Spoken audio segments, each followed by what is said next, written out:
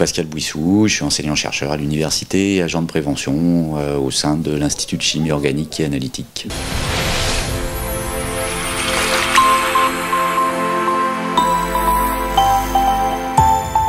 Dans un laboratoire de chimie, on essaye justement de faire beaucoup de prévention, c'est-à-dire d'éviter les accidents, incidents.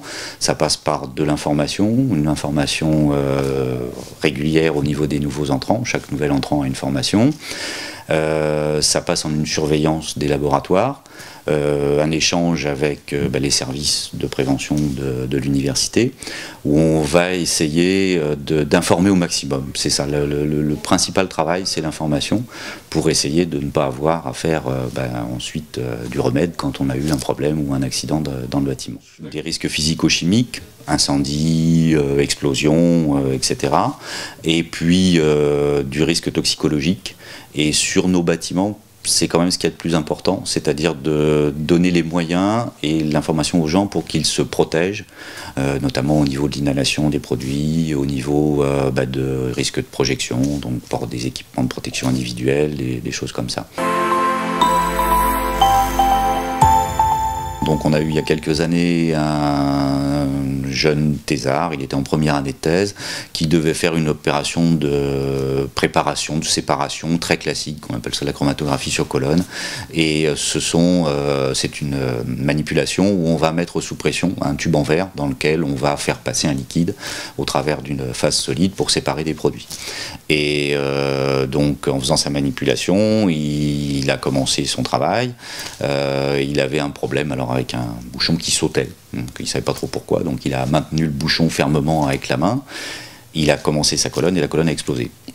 Donc il a reçu des projections de produits et de verre. Alors là on a mis en place toute l'équipe de secours qui a permis d'appliquer les premiers soins puis de l'évacuer vers le centre de secours ensuite.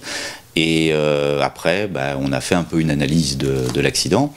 Et on s'est rendu compte d'un certain nombre de défauts qu'il y avait dans l'installation, notamment sa colonne, le système qui délivre la pression n'était pas régulé. Donc en fait, il avait la pression maximale fournie, beaucoup trop forte pour la colonne en verre. Il a eu un très mauvais réflexe, lui, c'est quand on a un appareil sous pression, donc qui est équipé d'une espèce de soupape, il ne faut pas bloquer la soupape. Donc ce qu'il a fait.